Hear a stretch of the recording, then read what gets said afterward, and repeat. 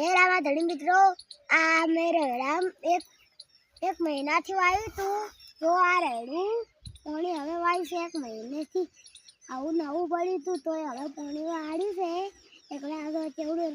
રેડું શું હશે આવડું રેડું શું હોય તો આપણે એમાં કોમેન્ટ કરજો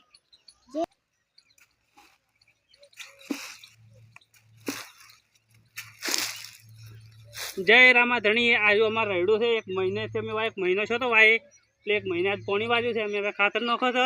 જો અમારે રેડું કેવડું મોટું શું છે કોઈને આવું રેડું હોય તો મને કોમેન્ટ કરજો તમને અમારે રેડું કેવું લાગ્યું છે સારું લાગે તો કોમેન્ટ કરજો 1 મહિના અમે પાણી વાળ્યું છે અમારે તો ફુવારા બુવારા નહીં અમે ખોડા કરેલા છે જેમાં પાળીઓ બોજેલી છે આખા ચારામાં પાણી આવે છે।